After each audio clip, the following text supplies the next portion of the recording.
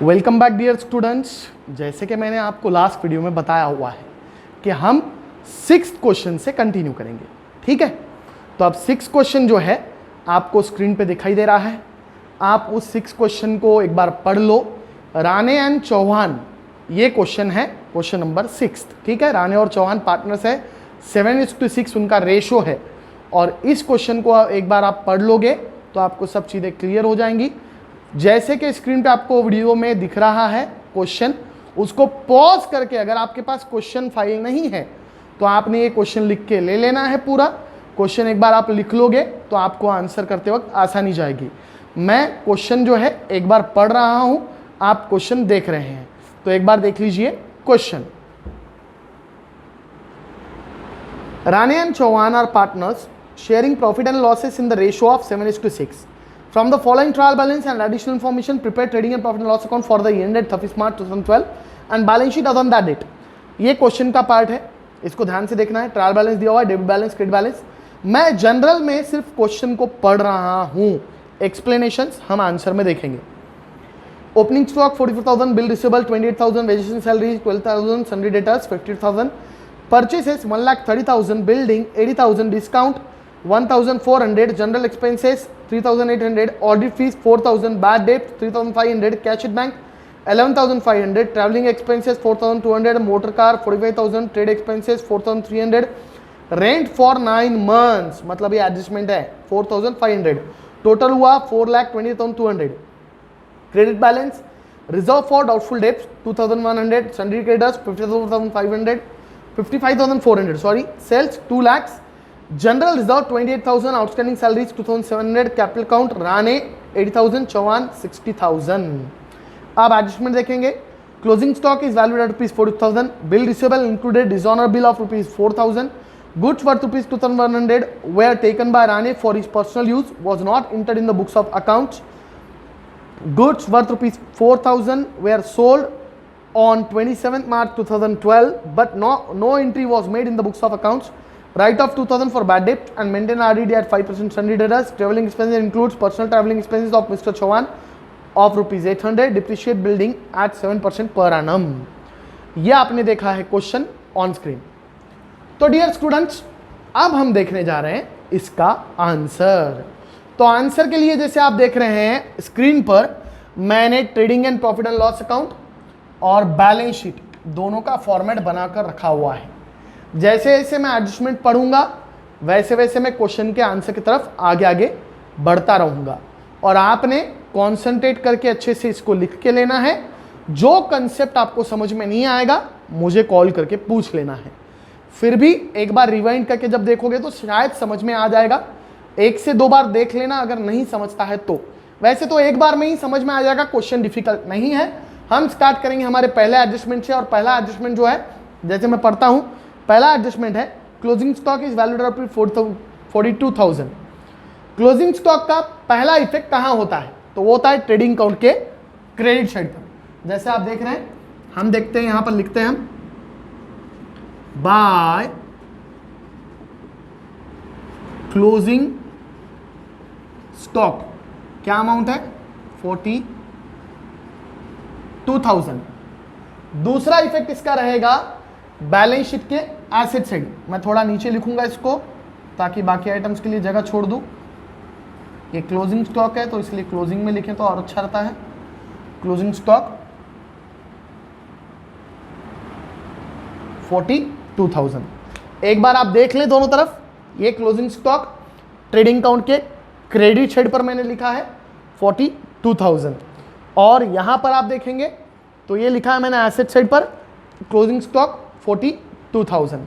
ये हो गए इसके 2 इफेक्ट। याद रखना है एडजस्टमेंट्स के डबल इफेक्ट किए बिना एडजस्टमेंट को आगे बढ़ना नहीं है। नेक्स्ट एडजस्टमेंट है bill receivable included dishonour bill of ₹4,000। Next adjustment है bill receivable dishonour. Bill receivable dishonour हुआ है ना, बिल रिसीवेबल यानी पैसे आना थे, डिसऑनर हुआ यानी डेट को पैसे नहीं आए। देखिए, ऑनर और डिसऑनर 2 चीजें होती है। जब समझो कि हमने बिल बनाया किसी के नाम से और सेम डेट को बिल के पैसे हमें मिल गए तो वो हो गया ऑनर। अगर जिस डेट को सामने वाले बंदे ने पैसे देने का वादा किया उस डेट को वो बिल के पैसे नहीं देता है तो हो गया डिसऑनर। तो इसलिए ये अमाउंट जो है बिल रिसीवेबल में से माइनस हो जाएगी, क्योंकि वो पैसे हमें डेट को नहीं आए। तो इसलिए पहला इफेक्ट हम क्या करेंगे, बिल रिसीवेबल में से लेस बिल्स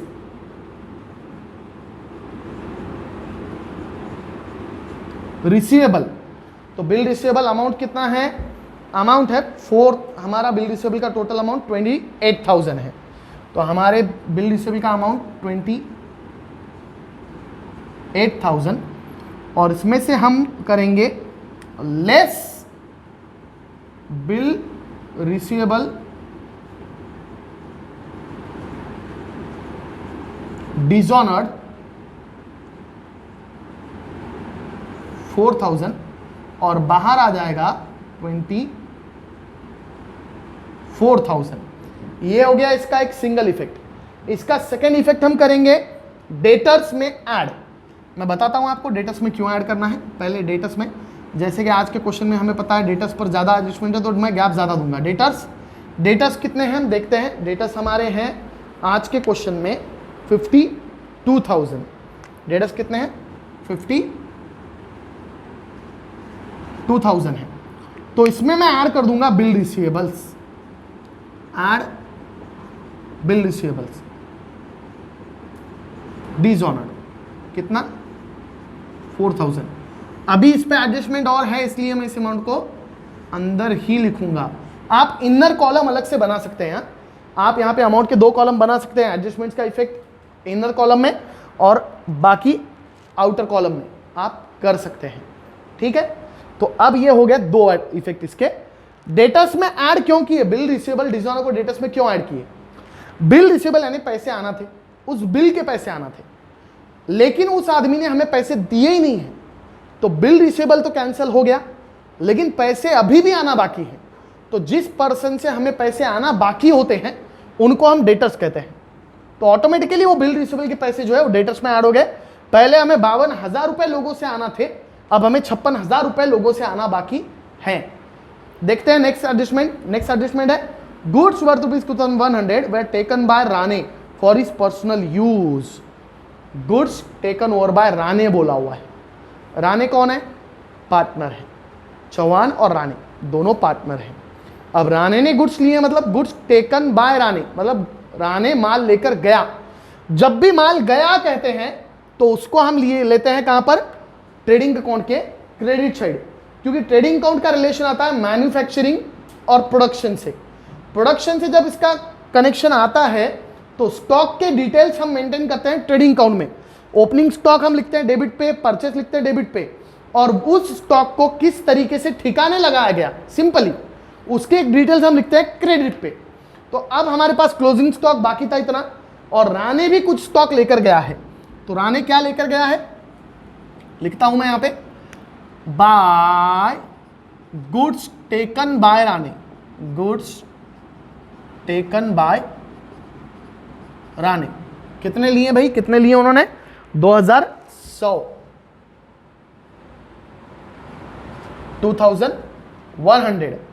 दूसरा इफेक्ट इसका कहां होगा, इसका दूसरा इफेक्ट होगा कैपिटल में। तो पहले मैं दोनों भी पार्टनर्स के कैपिटल अकाउंट लिख देता हूं ऊपर, ठीक है। पहले मैं लिख देता हूं राणे का और थोड़ा गैप देकर मैं लिखूंगा चौहान का, ठीक है। पहले मैंने लिखा राणे का और फिर मैं लिख रहा हूं चौहान का। तो अब राणे जो है, राणे का कैपिटल कितना है 80,000 और चौहान का है 60,000। राणे का कैपिटल है 80,000 और चौहान का है 60,000, ठीक है। तो अभी हम क्या करेंगे इसके अंदर, जैसे कि राणे का 80,000 यहां दिया हुआ है, तो राणे के 80,000 में से हम लेस करेंगे ड्रॉइंग्स यानी the amount withdrawn bye partner या फिर विड्रॉन बाय प्रोप्राइटर, बिजनेस के मालिक ने, विड्रॉन बाय ओनर बोलते हैं। बिजनेस में से खुद के पर्सनल यूज के लिए पैसे निकालेगा कोई भी पार्टनर हो या बिजनेसमैन हो, तो उसका अमाउंट जो है उसको ड्रॉइंग्स कहते हैं, वो कैपिटल में से लेस होता है। कितना है ड्रॉइंग्स इसका, 2,100 हमने लेस कर दिया है यहां पे। अब मैं इसको जो है नीचे लिख दूंगा, कितना आ जाएगा अमाउंट यहाँ पर 77,900 बराबर है। 77,900 मैंने नीचे लिख दिया। अब नेक्स्ट एडजस्टमेंट मैं करूंगा, क्योंकि देखिए ड्राइंग्स के भी दो इफेक्ट हो गए, by goods taken by Rane 2100 और इधर आ गया राणे का ड्राइंग 2100, ये हो गया एडजस्टमेंट। ये एडजस्टमेंट खत्म। अब देखते हैं next adjustment. Goods worth ₹4,000 they are sold on 27 March 2012। हमारी डेट क्या है? हमारी डेट 31 मार्च 2012, साल खत्म हो रहा है। 27 मार्च को सेल बोल रहा है, मतलब साल खत्म होने के पहले की डेट है ना, तो इसी साल का सेल है, तो इस साल में आना चाहिए था। लेकिन यहां बता रहा है कि but no entry was made in the books of accounts. यहां क्या बता रहा है? But no entry was made in the books of accounts बोल रहा है, मतलब एंट्री हुई नहीं, तो एंट्री करनी पड़ेगी। कैसे करेंगे? तो हम पहले सेल्स लिखेंगे, क्योंकि ये एडजस्टमेंट किसका है? सेल्स का है। तो हमारा सेल्स कितना है जी आज का? हमारा सेल्स है 2 लाख रुपए।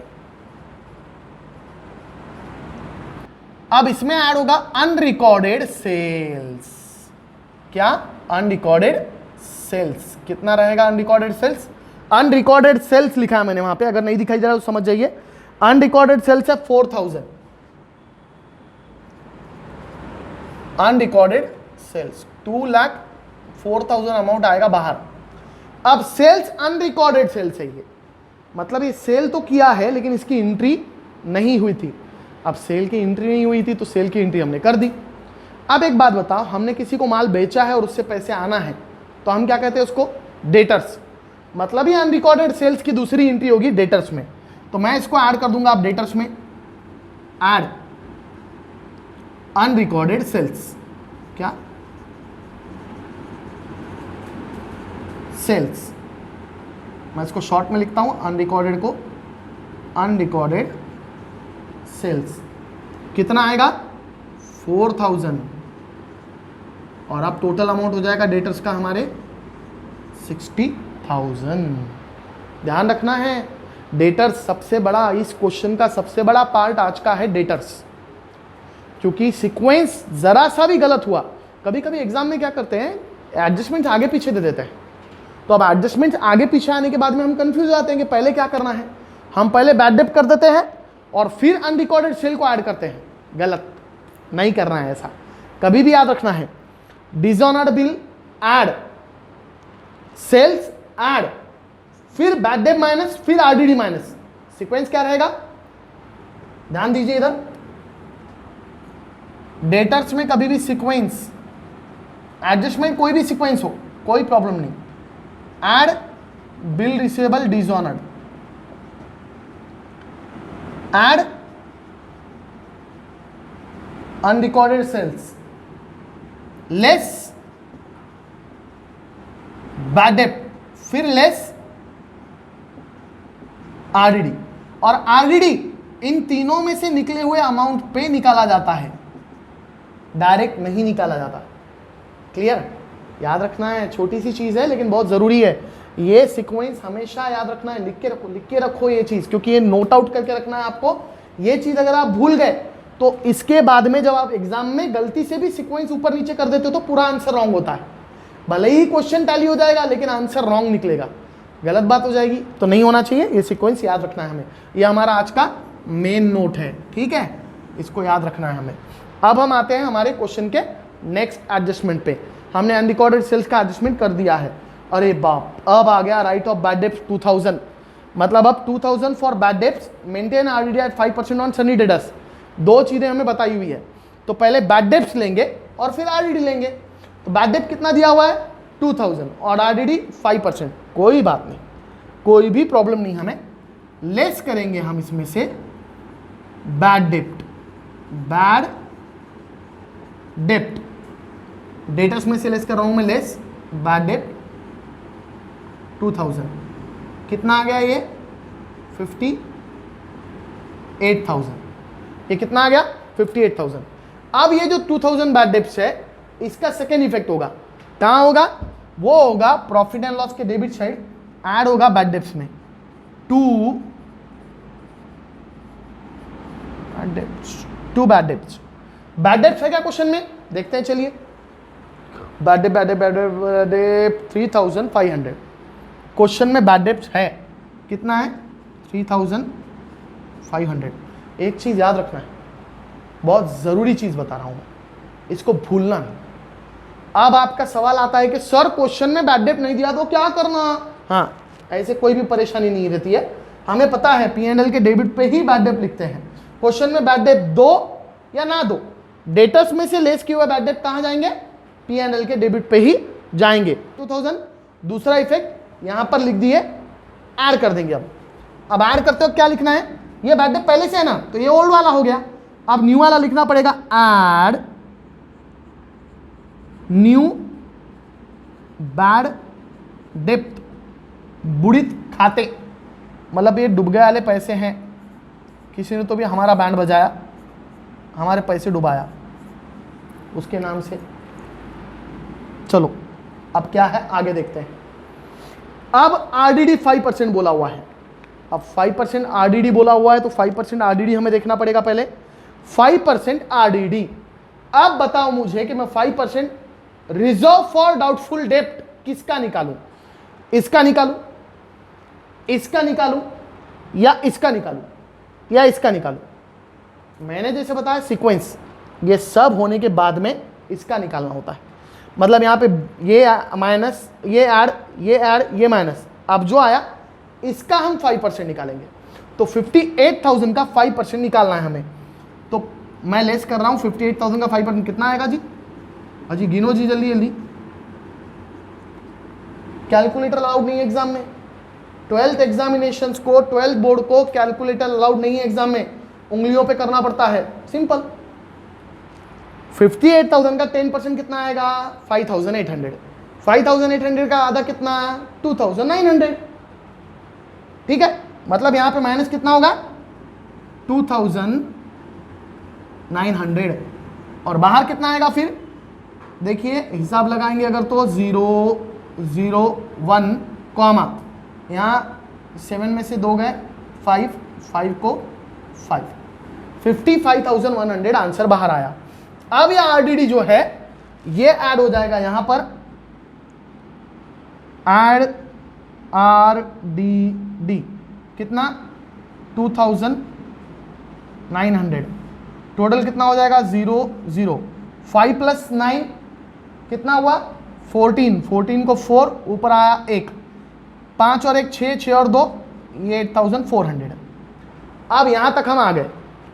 अब देखिए यहां पे हमने RDD दिया है 5% 2,900, और फिर उसका सेकेंड इफेक्ट इधर किया है हमने, प्रॉफिट एंड लॉस के डेबिट पे प्लस RDD करके ये आ गया। अब रिजर्व फॉर डाउटफुल डेब्ट जो क्रेडिट साइड दिया हुआ है उसका अमाउंट कितना है देखते हैं। तो रिजर्व फॉर डाउटफुल डेब्ट दिया हुआ है 2,100, कितना दिया है वो 2,100 दिया है, तो 2,100 यहां से माइनस हो जाएंगे, क्यों, क्योंकि वो ओल्ड RDD है, less old RDD credit side का है ना। कभी भी याद रखो एक चीज हमें मालूम है ना, कोई भी चीज की पूरी जानकारी चाहिए तो डेबिट में से क्रेडिट माइनस होता है या फिर क्रेडिट में से डेबिट माइनस होता है, तभी हमें असली आंसर मिलता है। तो यहां पे भी हम वही कर रहे हैं, थोड़ा ध्यान इधर, और ध्यान क्या है हमारा, ये सब होने के बाद ये 8,400 आए थे, उसमें से ओल्ड RDD जो कि 2,100 दिया हुआ है, कहाँ दिया है तो क्वेश्चन में देखिए ट्रायल बैलेंस के क्रेडिट साइड पे दिया हुआ है। 2,100 माइनस कर रहा हूँ, 8,400 में से 2,100 गए, कितने बचे 6,300 मेरे ख्याल से, बराबर है क्या देखिए, 4 में से 1 गया बचे 3, 8 में से 2 गए बचे 6, राइट है आंसर, राइट है। कैलकुलेटर आपके पास नहीं रहेगा एग्जाम में, आपको उंगलियों पे कैलकुलेशन करने हैं, आपका परफेक्शन बढ़ाइए नहीं तो टाइम कम गिरेगा, क्योंकि इस साल के रूल्स के हिसाब से 100 मार्क्स का पूरा पेपर आना है, पूरा पेपर आएगा तो फिर उतना टाइम आपको मिलना चाहिए, 3 आवर्स ही है, अब आपको टाइम एक्स्ट्रा नहीं मिलेगा। और कभी भी याद रखिए फाइनल अकाउंट सबसे ज्यादा मार्क्स वाला क्वेश्चन होता है, सबसे ज्यादा मार्क्स भी इसमें ही मिलता है, सबसे ज्यादा मार्क्स करते भी इसमें ही है, क्योंकि छोटी मोटी गलतियां हम कर देते हैं। अभी ये सीक्वेंस याद रखना है, ठीक है, कोई दिक्कत नहीं। चलिए अब यहाँ पे हो गया ये एडजस्टमेंट खत्म। नेक्स्ट एडजस्टमेंट है travelling expenses includes personal travelling expenses. Personal travelling expense of mister Chauhan बोला है, 800 रुपये मिस्टर चौहान के पर्सनल ट्रैवलिंग एक्सपेंसेस है। ट्रैवलिंग एक्सपेंसेस P&L के डेबिट पे जाते हैं। क्वेश्चन में ट्रैवलिंग एक्सपेंस क्या देखते हैं हम पहले। ट्रैवलिंग एक्सपेंसेस क्वेश्चन में है 4,200, उसमें से 800 रुपये माइनस हो जाएंगे। क्यों माइनस होंगे? क्योंकि ये ट्रैवलिंग एक्सपेंसेस जो है ये पर्सनल एक्सपेंसेस है। किसके? चौहान के। तो फिर वो हो गए ड्रॉइंग्स। तो पहले मैं लिखूंगा टू ट्रैवलिंग एक्सपेंसेस कितने? 4200। राइट है क्या जी? 4200। जी हाँ, 4200 राइट है। फिर से एक बार देख लेता हूं, 4200 ही है। लेस पर्सनल ट्रैवलिंग एक्सपेंसेस कितने हैं? 800। 4200 में से 800 माइनस किए तो कितना आता जी? 3400 आता है क्या? देखो बोला 3400 बराबर आ रहा है क्या मेरा आंसर? 3400 बराबर है। अब ये हो गया। इसका सेकेंड इफेक्ट करेंगे। अब हर एडजस्टमेंट का सेकेंड इफेक्ट याद रखना है। ड्राइंग्स, ये ड्राइंग्स है, ये ड्राइंग्स है, ये ड्राइंग्स है, पर्सनल ट्रैवलिंग एक्सपेंसेस है। लेस कितना? 800 रुपये, सिर्फ 800 रुपये है। तो नीचे कितना आएगा? 59,200। राइट है क्या? कैलकुलेशन करते रहिए, कैलकुलेटर की जरूरत नहीं पड़नी चाहिए एग्जाम में। अब लास्ट है depreciate building at 7% per annum. अब बिल्डिंग 7% बोला हुआ है, ठीक है, कोई बात नहीं, 7% निकाल लेंगे हम। बिल्डिंग लिख दूं पहले एसेट साइड में। हमारी बिल्डिंग कितनी की है? 80,000 रुपए की बात है। तो अब इनकी बिल्डिंग डिप्रिशिएशन हो गया। डिप्रिशिएशन मतलब क्या? डिप्रिशिएशन मतलब decrease in the value of asset due to its use. किसी भी चीज का इस्तेमाल करने से उसकी वैल्यू कम हो जाती है, ऐसा कहना है इनका। ठीक है, कोई बात नहीं, कर देंगे हम कम। कितना बोला? 7%। 80,000 का 7%, 8 56, 5,600 लेस 5,600। बाहर कितना आएगा? एक बार हिसाब लगाइए। 80,000 में से 5,000 कम हो गए, बचे 75,000। 75 में से 600 कम हो गए, बचे 74,400। बाहर आंसर आएगा 74,400। मैं बार बार याद दिला रहा हूं, कैलकुलेटर आपको यूज नहीं करना है। ये क्वेश्चन जब आप बैठ के कर रहे हैं तो आप कैलकुलेटर यूज नहीं करेंगे। अब यहां पे हमारे एडजस्टमेंट्स हो गए पूरे। हमारे एडजस्टमेंट यहां पूरे हो गए। अब हम एक एक से सारे आइटम्स देखेंगे, ठीक है। मतलब अब आखिरी 5 में हमारे क्वेश्चन का आंसर हो जाएगा। ओपनिंग स्टॉक 44,000 कहां लिखेंगे हम? ट्रेडिंग अकाउंट के debit side to opening stock 44,000। Next bill receivable हो गया। वेजेस एंड सैलरीज, देखिए सैलरीज एंड वेजेस बोला होता तो P&L account, wages and salary बोला तो trading account. To wages and salaries कितना है? 12,000। फिर बोला सन्ड्री डेटर्स हो गया इसका। परचेसेस 1,30,000। फिर बिल्डिंग हो गया। डिस्काउंट, डिस्काउंट P&L अकाउंट के डेबिट साइड टू डिस्काउंट कितना है? 1,400। फिर जनरल एक्सपेंसेस, जनरल एक्सपेंसेस भी P&L के डेबिट पे आएंगे।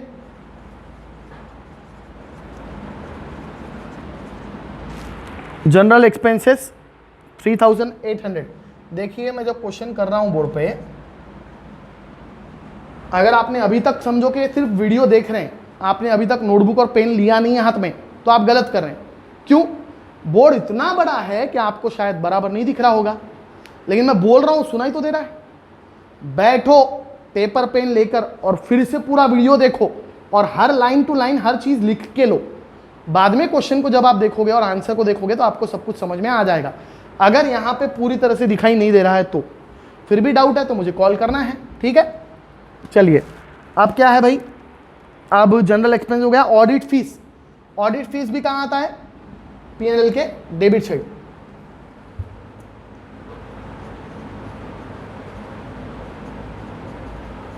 To audit fees, audit fees कितना है हमारा?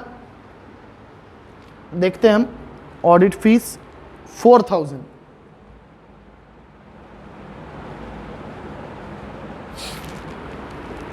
उसके बाद है कैश एट बैंक नहीं, उसके बाद बैड डेट से 3500, लेकिन बैड डेट की एंट्री हो गई इसलिए छोड़ रहा हूँ। कैश एट बैंक 11,500 कैश है, मतलब हमारा एसेट है।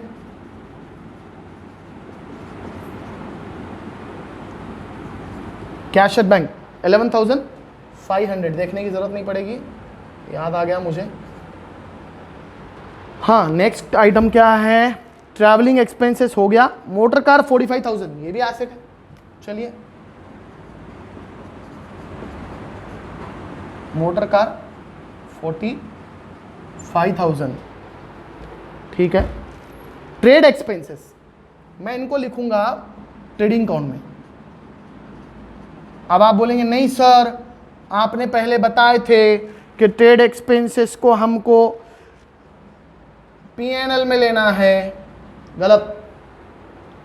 ट्रेड एक्सपेंसेस P&L में कब जाएंगे बता रहा हूं। दो भाई हैं, जनरल एक्सपेंसेस और ट्रेड एक्सपेंसेस, दोनों क्या है, जानी दुश्मन है। दोनों एक साथ एक जगह पे नहीं रह सकते। जनरल एक्सपेंसेस अगर P&L में रुका जाके, तो ट्रेड एक्सपेंसेस P&L में नहीं रुकेगा, वो ट्रेडिंग अकाउंट में जाएगा। हाँ, जनरल एक्सपेंसेस नहीं है तो ट्रेड एक्सपेंसेस P&L में, ट्रेड एक्सपेंसेस नहीं है तो जनरल एक्सपेंसेस P&L में, लेकिन दोनों एक साथ P&L में कभी नहीं जाते। जनरल एक्सपेंसेस के साथ ट्रेड एक्सपेंसेस बोला तो general expenses P&L, trade expenses trading account, ठीक है। तो ट्रेड एक्सपेंसेस ट्रेडिंग अकाउंट में ले लिए। और ये बाप, अब एडजस्टमेंट आ गया। रेंट फॉर 9 मंथ्स 4,500 बता रहा है। रेंट फॉर 9 मंथ्स बोला है 4,500। यहां पे देखते हैं हम, ठीक है, कि हम क्या करने वाले। अब रेंट एडजस्टमेंट है हमारा,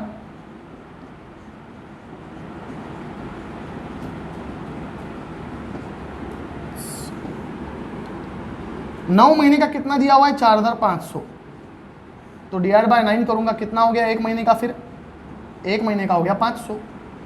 साल में कितने महीने होते हैं 12 महीने होते हैं साल में, तो इसलिए हमें 12 महीने का रेंट लगता है। हमने 9 महीने का दिया है, मतलब आउटस्टैंडिंग कितना हो गया, आउटस्टैंडिंग रेंट हो गया हमारा 3 मंथ्स का।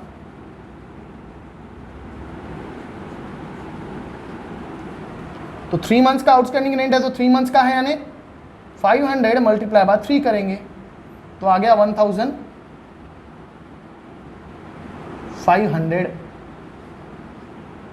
ये हो गया हमारा आउटस्टैंडिंग रेंट। अब इसका दूसरा इफेक्ट, पहला इफेक्ट दूसरा इफेक्ट दोनों करना बाकी है, अभी तो अमाउंट निकाला हमने।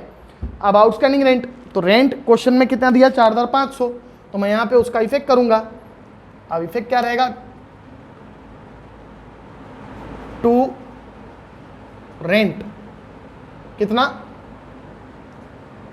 4,500 एड आउटस्टैंडिंग रेंट 1,500। अभी एक बात बोलूंगा मैं आपको, ये दोनों मिला के कितना हो गया 6,000 बाहर आ गया क्या, 6,000 पूरे साल का 6,000 रेंट रहेगा, बराबर है। 500 गुणले 12 करके देखो 6,000 आता है, ठीक है। दूसरा इफेक्ट इसका लायबिलिटी साइड, क्योंकि हमारी लायबिलिटी देना बाकी है ना, आउटस्टैंडिंग है नहीं। लेकिन एक चीज़ है, मैं एक चीज़ बोलने वाला हूँ, एक मिनट रुकिए। 1,500 आउटस्टैंडिंग लिख दी हमने, अजी गड़बड़ है ना एक छोटी सी। यहाँ पे एक बार देखो, हमने डिप्रिशिएशन का डबल इफेक्ट नहीं किए हैं। अभी देखते देखते मुझे याद आया डिप्रिशिएशन का डबल इफेक्ट, देखो मैं भूल गया, आप भी भूल सकते हैं एग्जाम में, इसलिए कभी भी क्रॉस चेक करो कि कोई भी चीज़ रह सकती है, छूट सकती है, तो इसलिए छूटने नहीं देना है। मैं डिप्रिशिएशन का सेकेंड इफेक्ट कर रहा हूं यहां पर, टू डिप्रिशिएशन। कितना है डिप्रिशिएशन 5,600, ठीक है। 5,600 डिप्रिशिएशन का सेकेंड इफेक्ट मैंने कर दिया। अब डरने की बात नहीं है। आउटस्टैंडिंग रेंट हो गया। अब क्रेडिट साइड के आइटम्स, क्योंकि डेबिट के पूरे आइटम्स खत्म हो गए। रिजर्व फॉर डाउटफुल डेब्ट्स हो गया, सन्डी क्रेडिटर्स 55,400 लायबिलिटी है।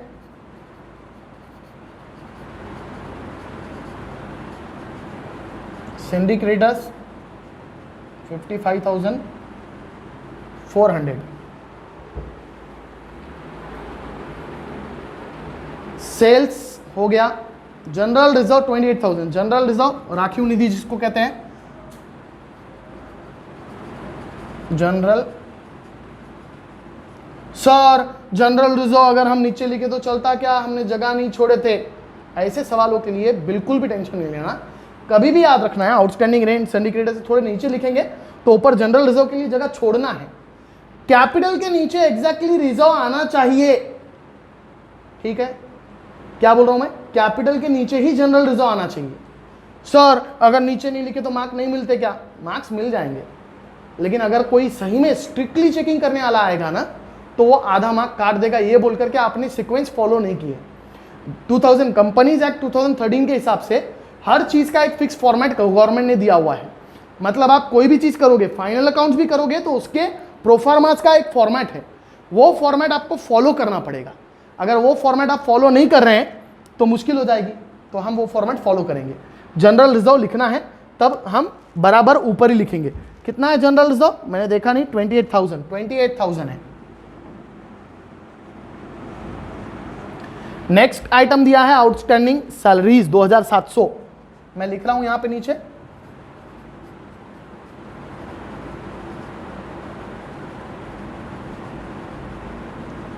और हो सके तो क्वेश्चन करना कि आउटस्टैंडिंग सैलरी और आउटस्टैंडिंग रेंट एक जगह है, सिंडिकेटर्स उनके ऊपर आए। जनरल रिजर्व के बाद सिंडिकेटर्स, सिंडिकेटर्स के बाद बिल पेबल, बिल पेबल के बाद, अब देखिए उससे भी बेटर बोलता हूं, कैपिटल के बाद जनरल रिजर्व, जनरल रिजर्व के बाद bank overdraft, bank loan, debentures, ऐसी कोई चीज बोलता है वो, फिर उसके बाद में सिंडिकेटर्स, फिर उसके बाद में अनसिक्योर्ड क्रेडिटर्स, उसके बाद में outstanding rent, outstanding salary, bills receivable, bills payable, ये चीजें। अब आउटस्टैंडिंग सैलरीज है, आउटस्टैंडिंग सैलरीज कितना है जी, आउटस्टैंडिंग सैलरीज है हमारा 2700। अब सर आपने तो इसका डबल विक करे ही नहीं, ये ट्रायल बैलेंस में दिया है, ये कहां दिया है, ट्रायल बैलेंस में, कहां दिया है, क्रेडिट साइड, तो इसका डबल इफेक्ट नहीं होगा। क्लियर, इसका डबल इफेक्ट होगा क्या, नहीं होगा, क्योंकि ये क्रेडिट साइड दिया है। देखिए ट्रेडिंग का ट्रायल बैलेंस के क्रेडिट साइड का आइटम या तो लायबिलिटी या तो इनकम, तो आउटस्टैंडिंग सैलरी अपनी इनकम तो है नहीं, मतलब ये हमारी लायबिलिटी है। क्लियर, 2700। अब कोई आइटम बाकी है कि कैपिटल, कैपिटल तो हमने पहले ही लिख दिए। अब क्या, अब खत्म हो गया, तो हम करेंगे क्लोजिंग, एक एक से पूरी क्लोजिंग करना है। क्लोजिंग जो है कैसे करते हैं दिखा देता हूं मैं, ऐसे 2 लाइन मारना है, 2 लाइन मार के हम इसको क्लोज करेंगे ऐसे, इसी प्रकार से। अब टोटल करनी है, टोटल करते वक्त 0 0 1 कॉमा 4 और 2 6, 6 और 2 8 8, यहां पे 4 है, 2,48,100 रुपए बराबर आ रही है टोटल, देखिए बराबर आ रही है 2,48,100 रुपए। अब जो अमाउंट यहां पे है लिखा है मैंने, वैसे के वैसे लिख दिया ना, अब जो डिफरेंस आएगा वो रहेगा हमारा ग्रॉस प्रॉफिट। ये ग्रॉस प्रॉफिट कहां से आ रहा है, डिफरेंस है, ये फर्क है। कभी भी याद रखना है दोनों में से बड़ी साइड कौन सी देखना है। यहाँ पे 1,30 + 40 2 कुछ तो भी, मतलब 2,48,000 अमाउंट नहीं जा रहा है, मतलब कुछ तो भी फर्क है। तो अब यहाँ पे ग्रॉस प्रॉफिट हमारा कितना आ रहा है, हम क्रॉस चेक करेंगे तो हमारा ग्रॉस प्रॉफिट आ रहा है यहाँ पे 57,800। जी हाँ, ये पहले कैलकुलेट करके रखा हुआ मैंने, लेकिन आपको एग्जाम में कैलकुलेट करना पड़ता है, तो एक जनरल के लिए हम इसको कैलकुलेशन देख लेंगे। ये 0 को 0 आया, यहाँ पे 3 है, 3 + 8 11, 11 को 1 ऊपर आया 1, 4 और 1 5, 5 6 7 7, 7 और 4 कितने हुए 11, 11 और 7 18, 18 को 8 ऊपर आया 1, 4 और 1 5, 5 और 1 6, 6 और 3 कितने हुए 9, 9 और 5 14, 14 को 4 ऊपर आया 1, 1 और 1 2, मतलब हमारा आंसर राइट है। तो अब यहाँ पे ग्रॉस प्रॉफिट का second effect by gross profit, GP short form में क्या बोलेंगे, जीपी, ग्रॉस प्रॉफिट है ना जीपी, 57,800। अब मैं इसको क्लोज कर रहा हूँ। क्रेडिट साइड कोई आइटम है ही नहीं, और डेबिट साइड की टोटल लगता नहीं है कि बड़ी होगी, डेबिट साइड को तो इतनी बड़ी नहीं हो रही है, तो इसलिए डेबिट का आइटम, डेबिट का जो है डिफरेंस वो हम निकालेंगे, और अब जो अमाउंट आएगा उसको कहेंगे टू, देखिए इधर, टू नेट प्रॉफिट। अब नेट प्रॉफिट जो है वो हमें निकालना पड़ेगा, पहले यहाँ पे 57,800 लिख देंगे हम। अब नेट प्रॉफिट जो है हमने पहले ही कैलकुलेट करके रखा हुआ था और वो आ रहा है 27,300 रुपये। राइट आ रहा है क्या? हम क्रॉस चेक करते हैं 27,300 आता है क्या? मैं लिख देता हूँ पहले यहाँ पे 27,300। 0 को 0, 0 को 0, 8 और 4 12, 12 और 3 15, 15 और 4 19, 19 और 6 25, 25 और 3 28, 28 को 8, ऊपर आ गए 2, 2 और 3 5 और 1 6, 6 और 6 12, 12 और 4 16, 16 और 3 19, 19 और 6 25, 25 और 5 30, 30 और 7 37, यानी कि 37 7 आ गए नीचे, ऊपर आए 3, 3 और 2 5। हमारा आंसर राइट है। लेकिन एक कैलकुलेशन बाकी है और वो कैलकुलेशन क्या है हम देखेंगे वहां पर। ठीक है, आ जाइए।